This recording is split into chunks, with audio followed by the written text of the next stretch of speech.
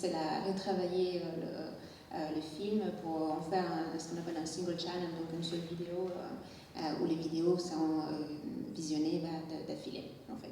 Mais ce qui m'intéressait, ce que je voulais dont te parler, c'est effectivement ce rapport à la recherche, parce que dans des travaux précédents, tu as pu collaborer avec des scientifiques, tu as visité plus de 20 laboratoires partout dans le monde pour aller rechercher ou documenter même le travail de ces laboratoires qui sont vraiment au top de la recherche d'un point de vue de recherche d'images, de données, des classifications des données, etc.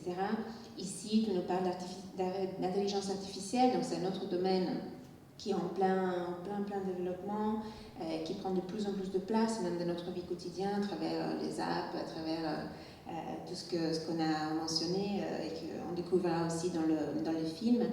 Et là aussi, il y a un rapport interdisciplinaire que tu mets en place, une collaboration, parce que c'est typiquement un sujet qui implique l'informatique, donc évidemment tout ce qui est software, logiciel, application, la psychologie et les sciences cognitives. Alors je sais que ce sont aussi des sujets qui sont très importants et très présents ici, parce que sont entre autres liés aux questions éthiques que l'utilisation de ces logiciels et de ces assistants virtuels soulève, mais il y a aussi toute une partie des perceptions. Alors ça, c'est un autre mot-clé, j'ai envie de dire, pour entrer dans ton travail.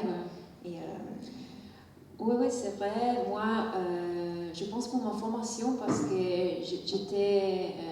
ma formation, c'est une formation d'historienne de l'art. Et puis, je suis devenue artiste.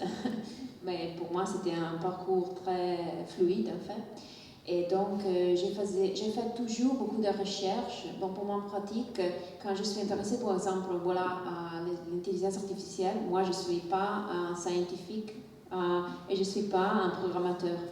Et donc, j'ai besoin de comprendre un peu. Et donc, je vais rencontrer des professionnels du secteur. Et il y a beaucoup de dialogues. Donc, je comprends un petit peu mieux comment ça marche. Et puis, j'ai fait le film ou l'installation vidéo donc, avec ma pratique artistique. Et justement, comme Alessandra a dit, pour moi, un des mots-clés de ma recherche en général, c'est la perception. Je suis très intéressée. Je travaille à confine, je ne sais pas comment dire en français, à la limite entre la frontière. Entre la réalité et la fiction, enfin, parce que je suis très fascinée de le fait que je ne suis pas sûre que nous savons qu'est-ce que c'est la réalité, en fait. Parce que quand j'étais à New York, j'ai fait mon projet de résidence, que c'est peut-être le premier chapitre de ce travail que vous allez voir ce soir. Et c'était un projet sur les réalités virtuelles, et j'ai travaillé avec des professeurs et d'académies de Columbia University, MIT et des autres universités. Et ils m'ont expliqué une chose très intéressante, que la perception, aujourd'hui, la théorie de la perception dit que le cerveau humain est comme une salle, comme une salle fermée. Et dans cette chambre, il y a un écran. Et dans l'écran, il y a des images. Et cet écran peut être lié à une caméra à l'extérieur, mais ça, c'est pas certain, c'est pas sûr. Et ça, c'est la façon comme nous we perceive the world. Comment on perçoit la réalité. Donc ça, quand j'ai compris ça, j'étais vraiment un peu fascinée, mais aussi un peu spaventata, un peu troublée. Parce que, d'accord, donc qu'est-ce que c'est vraiment que c'est en train de passer au dehors de moi? Donc, quelle est l'implication qu'une telle théorie, une telle affirmation peut avoir dans notre quotidien? Quelle est notre manière de lire tout simplement une image? Et donc, ça t'amène aussi, en tant qu'artiste, à t'interroger sur comment produire les images. Donc, comment on produit les images? Oui, parce qu'en fait, nous sommes dans une époque de l'image numérique, en fait.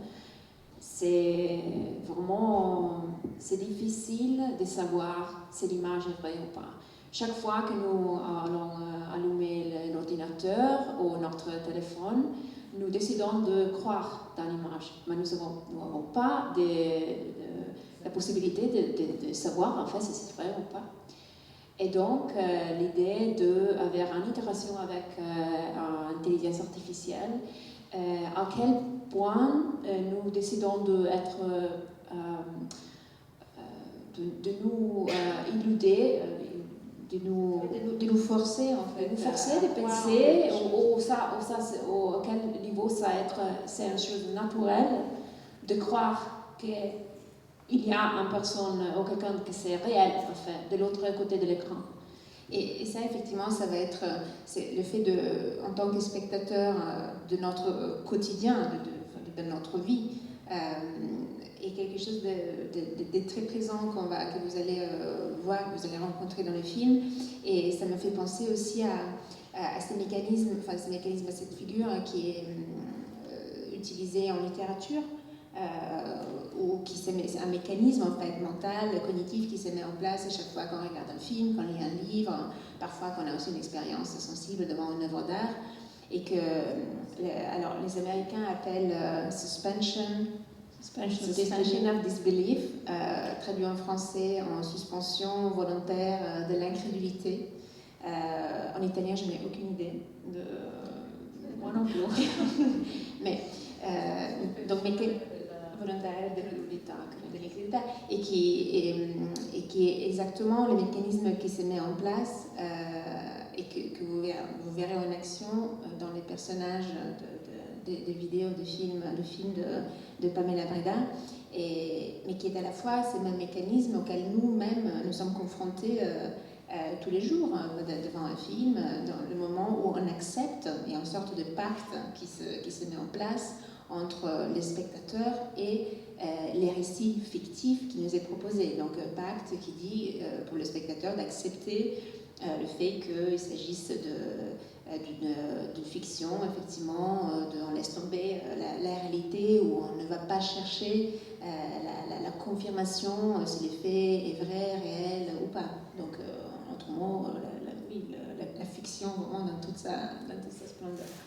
Et donc ces mécanismes-là, j'ai l'impression que c'est vraiment ces mécanismes-là, de cette ambiguïté de perception que tu vas rechercher et qui est un peu le fil conducteur de ces travails-là, et qu'on retrouvera aussi dans la suite de ton travail. Oui, c'est ça. Oui, je pense que le travail de l'artiste, c'est pas de raconter des vérités, parce que je pense que tout le monde, chaque personne a son propre vérité ou son propre point de vue. C'est de poser des questions en fait. Et moi, je pense que vraiment ici, avec l'intelligence artificielle, nous sommes au début d'une chose très importante pour les implications culturelles et au niveau social dans le futur, parce que maintenant, c'est justement le début de quelque chose. Je vais juste rajouter, alors maintenant on va voir la projection. Alors, je vous ai expliqué que la performance est prévue pour 3 grands espaces différents où chaque vidéo se déroule. Et ce qui n'a pas été possible, mais on le montre un après l'autre. Et il y a aussi un 4e vidéo qui se trouve à l'entrée, vous l'avez vu en entrant. Il y a aussi un casque, parce que donc, les vidéos ne sont pas uniquement des choses à voir, mais aussi il y a quelque chose à écouter. Il y a une partie qui nous a un peu impressionnés même, par rapport à la sonorité, à la musique là aussi contemporaine, expérimentale, qui a été insérée pour cette vidéo. Et la vidéo qui se trouve à l'entrée, est-ce que vous pouvez en parler très rapidement pour nous présenter ça aussi? Oui, c'est une 4e vidéo, et c'est pensé comme une sorte d'introduction et aussi complément. Ça boucle. Un complément, parce que c'est en AI, ça c'est un avatar, c'est une animation 3D qui a été construite pendant beaucoup de mois avec un 3D animator. Et nous avons travaillé avec une actrice, je ne sais pas ça, même aussi comment expliquer en italien, mais avec comme un body, avec des senseurs pour capturer les mouvements et de reconstruire vraiment la personne, le corps. C'est aussi ce qui est utilisé dans les cinémas pour les effets spéciaux en fait. Donc ce sont des capteurs qui sont dispatchés sur le corps et qui permettent ensuite, à travers un travail de logiciel, à travers un logiciel, de reconstituer en fait, le corps, s'il s'agit d'un corps, et donc le mouvement qui va avec.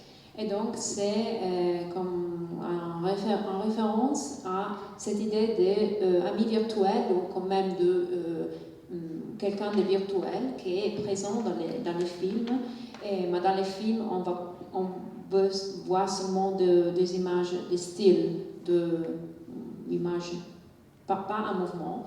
Et donc ça, c'est en référence à tout ce monde d'être virtuel, mais qui sont beaucoup plus réels et aussi réalistiques, avec un niveau de réalité dans les visuels comme sont rendus et créés dans l'espace de software virtuel. Et oui, ben voilà, donc on se lance dans la projection.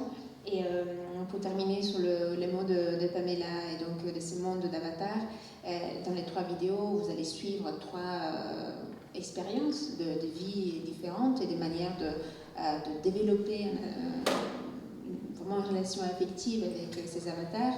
Et il y avait 2 phrases qui m'avaient marqué dans les vidéos. Une qui dit We are all digital avatars creating our own world.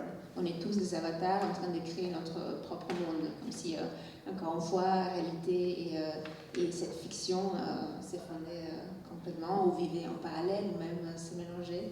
Et une autre qui dit What if we are becoming more like them? Qu'est-ce qui se passe si on devient de plus en plus comme eux? Et donc, pareil, ces mélanges de réalité-fiction. Voilà. Je m'arrête là, et puis... Avant, il est temps de commencer notre projection, et je voulais aussi rajouter que la même performance est possible.